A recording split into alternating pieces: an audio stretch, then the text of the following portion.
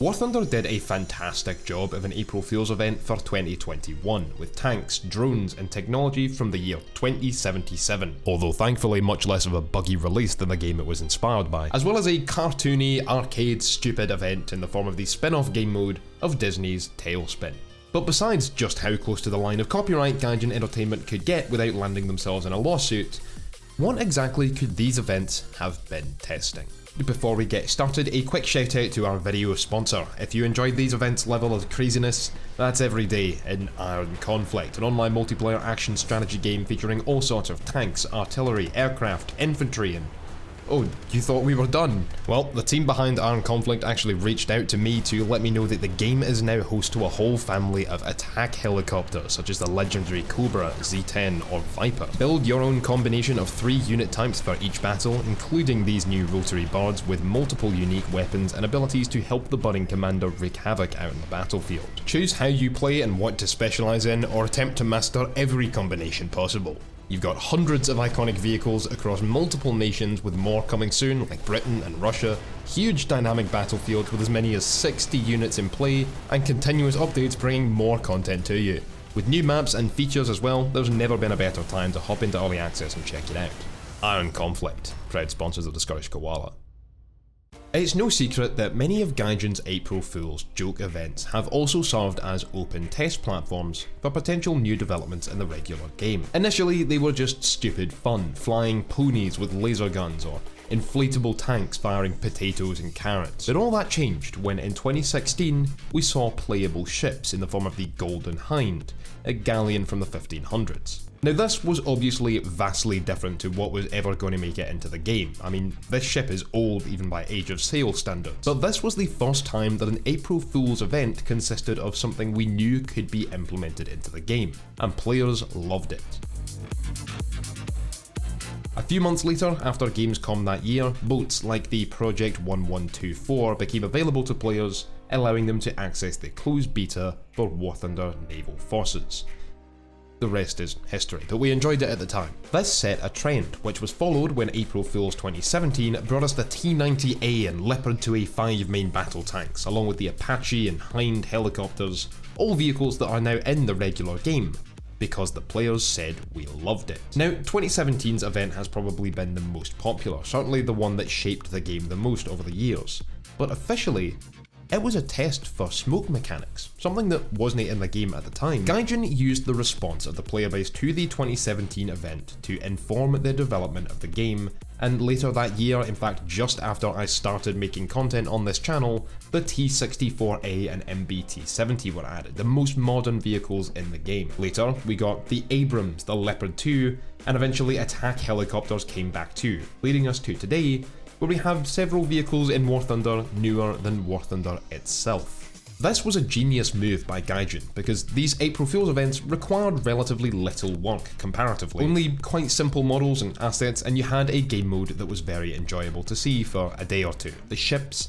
the modern tanks, the attack helicopters were all quite simplified. Graphics and controls weren't as polished, but they could test the player's reaction to seeing something new done in War Thunder's style and engine, with no risk. If the response was positive, then they take those assets and build upon them to introduce what they've already proven will be well received as part of the game. But if the response is less positive, oh, psych, just an April Fool's event, no waste of resources. If general consensus had been that ships were boring or that smoke systems only added frustration to the game, they would have been left as April Fool's events and never built into the regular game. If modern tanks had been met with scorn because, oh, this game should stick to World War II, we wouldn't now have these vehicles to play.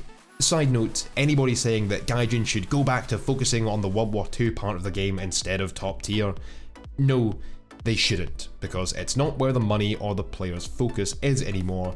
This priority for modern top-end stuff is what the majority said they wanted. 2018's April Fool's gave us nuclear submarines, Silent Thunder it was called, and the response was less positive. Players said gameplay was dull, after a while slow-paced, there wasn't opportunity that the masses at least were seeing for lasting enjoyment. 3 years on and submarines aren't a thing in War Thunder, and fair enough, Naval Forces is a near-dead game mode and the response to the idea of submarines didn't inspire all that excitement that would prove to Gaijin that it was something worth their time and money. Yes, submarines still might make it into the game, in fact I think they will, but it won't be because of the April Fool's event testing it. But on the other hand, many players have suggested that the modern torpedoes present in Silent Thunder acted as a test for active radar homing air-to-air missiles, even though at the time, Rank 6 aviation as a whole was still something Gaijin said they weren't pursuing at all. It would be implemented just 8 months later, and active radar homing missiles now are something we can pretty well guarantee are just around the corner. Now personally, I'm not sure that's the case, the idea that torpedoes were a hidden way of testing AMRAAMs. I think it was a test for submarines, and the relatively negative response caused Gaijin to just leave it as an April Fool's joke. And I'll explain why I think that in a moment.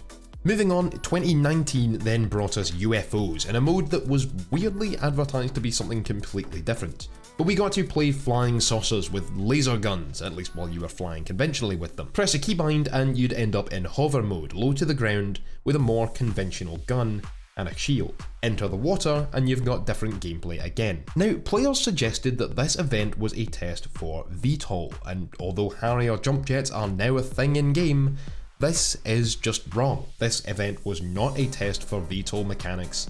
If it were, the Gaijin were not doing their job properly. Let me tell you why.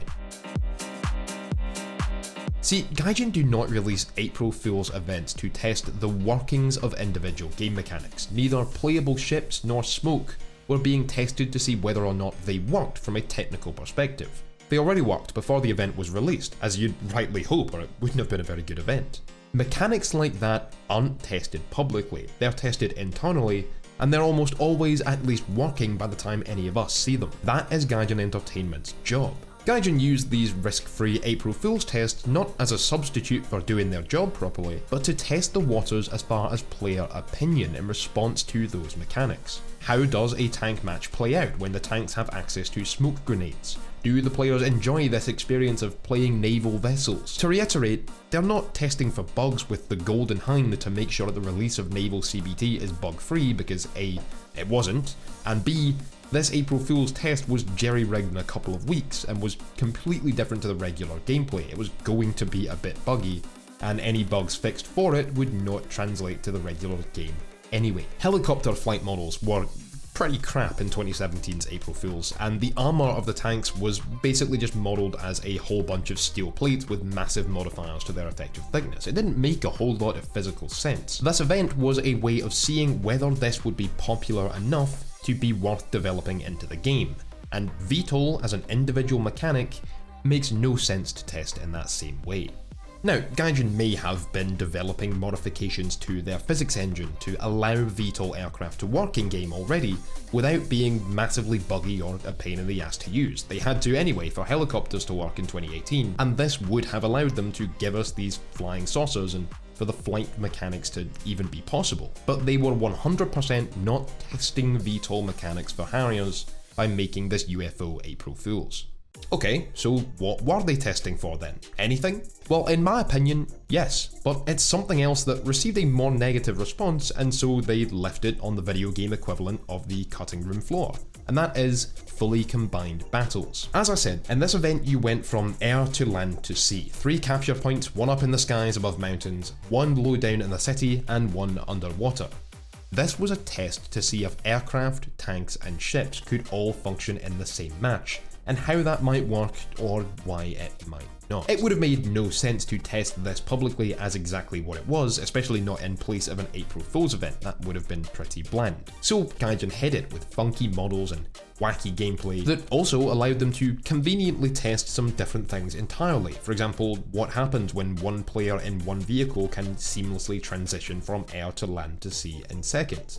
Do you need that in order for the game to work, or are players generally sticking to one of those aspects? To see this, you need something like a UFO that can actually do it. Now the result was that when translated to the regular game, this kind of gameplay would not work. For many reasons I won't go into here because this video is getting long enough. So what about the year on? In 2020, we received an April Fool's event you might have even forgotten about. It was relatively lazily put together, extremely boring from a gameplay perspective, whether you're into fast-paced shooty flashy lights action or slow methodical strategy, and in my opinion, it wasn't a test for anything. This was the space pods, or space balls, where different types of single-man pods had slightly tweaked parameters, mainly weapons, and battled it out in space around a mock-up of the International Space Station. In my opinion, this was a case of Gaijin not really needing to test anything out that year. They already had plenty on their plate to develop following from the current direction, so they just gave us something that was just a fun, jokey April Fool's event. That event ended up being the most poorly received out of all of them. It just wasn't very good. The Gaijin had to do something, it is expected of them. Whether or not they had anything that needed testing, they needed to produce an event for that year, and so they threw one together quickly. Fast forward to last week, where we received 2 events for the first time since 2015, both the cartoony Tailspin, basically just arcade mode with a graphics retexture, taking inspiration from the Disney show Tailspin, and more importantly, Future Tanks.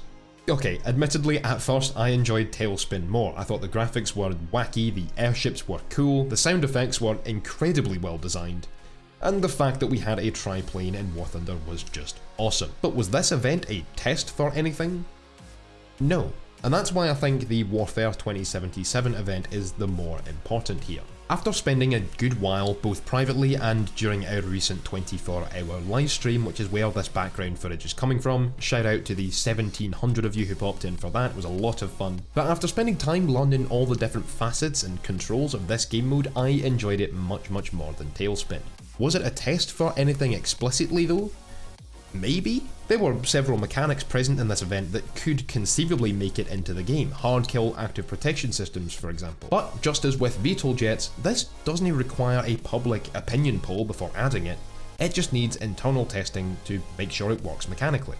Neither stealth reflective panels that hide thermal signature and prevent missile lock, nor regular EMP blasts that stop your vehicle moving or firing are ever going to make it into the game. And laser active defense systems are only just starting to be explored in the modern day on platforms like the Arleigh Burke class or the Su-57. They aren't ever going to make it into War Thunder. That leaves us with a couple of potential things that Gaijin could have been testing the waters for in this event, and the most obvious is drones. Drones, or UAVs, are an integral part of modern warfare, that much is undeniable, and while they're mainly used for reconnaissance, the way the drone launched by the Hydra functioned in the event, there are several equipped with attack capabilities. The MQ-1 Predator drone of the US Air Force can carry Hellfire or Stinger missiles, both already in-game. The Dassault Neuron Sukhoi S-70 Okhotnik B, which the Wyvern in the event was based on, and several other UAVs carry bombs or missiles, although not in the very Ace Combat-esque way that we saw during the event. Now I made a special point of showing that the Wyvern had a full set of flaps, combat and landing flaps, as well as landing gear, something it got no functional use out of during the event, which didn't have an airfield for it to land on and subsequently gave it mid-air reloads, making it insanely overpowered. But Gaijin chose to include it at the expense of time and money to themselves. Why would they choose to do that if they don't mean to get something more out of it? Now admittedly, most weaponized UAVs are very modern, many of them only experimental like the S-70 or Northrop Grumman's X-47B, but surveillance drones have been around for a while and are possible for addition to War Thunder. I've talked about them in the past. Particularly the types of drones that are not large enough to carry their own weapons but purely designed to provide reconnaissance without placing a human in harm's way could come as consumables for our tanks. You launch them, take control of them whilst your tank remains stationary, and get to see an aerial view ahead of you without actually risking your vehicle. Unrealistic? Kind of, but it's much more realistic than the 2 surviving crew members repairing a blown out cannon breach while under continuous fire in under 45 seconds.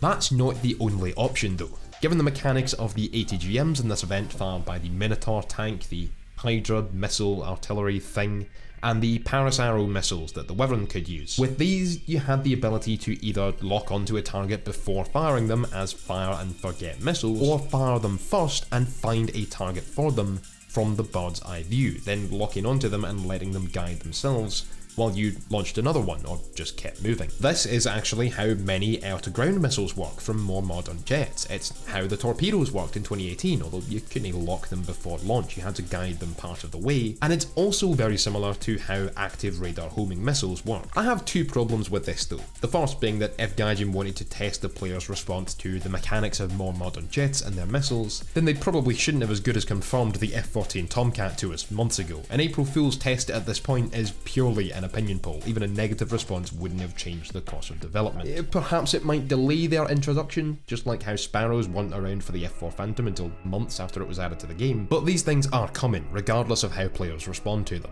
Secondly, in this case, if Gaijin wanted to test the mechanics of these missiles, and I don't mean test them to get them working, I mean to see if players respond positively to gameplay with them, then they needed to do it with a more literal test of that situation, an event with F-15s and Su-27s using AMRAAMs and R-77s, not future tanks and drones with somewhat similar mechanics. This in turn might be too obvious at this point, and too complicated for most players to be expected to test properly in any meaningful way, which is why this kind of thing has never been an April Fool's event. Okay, so the third option of what Gaijin could have been testing with this year's event is a test of modern naval forces, because these missiles with their locking mechanics, the point defense systems, these are all more reminiscent of the way modern naval warfare works, with certain stand-ins. This, I think, could be great. It could help breathe some more life into naval forces, something which battleships clearly aren't doing. Gaijin could skip past World War II battleships like the Iowa and Yamato and start developing more Cold War missile boats and frigates equipped with their guided weapons, using this event to see if those missile locking mechanics and point defense systems are enjoyable for players to use, which in this case the majority, as far as I've seen, said they were. Personally, I'd be up for seeing it, as other games that do this either make it much more arcadey to the point where it's nothing remotely like real life, or much more realistic to the point where it isn't much fun for most people and only appeals to a very niche audience. Of course, the fourth option, which is equally likely, is that just like last year, the 2021 event was not explicitly testing anything, and was nothing more than a couple of wacky fun events, which happened to make use of some spare technology that Gaijin were already working on. I don't know, but at the very least, I can guarantee you that Gaijin Entertainment are not using April Fool's events to test and bug check new mechanics for the game. They're doing it to test you, the players, opinions. So it would probably help if you actually knew what those opinions were for. Anyway, that's going to be all for today's video. I hope you have enjoyed, and that if you did, you leave a like, subscribe, and let me know your own thoughts down in the comments. Am I wrong about the mechanics of VTOL being tested? And what do you think this event might have been a test for? If you want to discuss the topic further, then come jump on our live streams on Twitch. We do stream 3 times a week, every Tuesday, Thursday, Saturday. I'm going to be doing another one in just a couple of hours, so definitely come follow at the link below. Thank you all for watching, and I'll catch you lads on the battlefield. 17, 18 kills. Oh my goodness. My voice is absolutely screwed up now. Ah. Oh. Right, that was 11 kills in that thing in the space of about 4 minutes. Beautiful. We're gonna call it a day on that one there. That was 24 hours of War Thunder. And oh my goodness, how perfect. How perfect. Oh my god. What a fucking way to end the stream. I did not realize I still needed like 10 more kills. Amazing. Beautiful. Well, holy shit. Okay, well, that was fantastic. That was absolutely perfect. 24 hours, and we end it right on that. Well, this has been a hell of a stretch.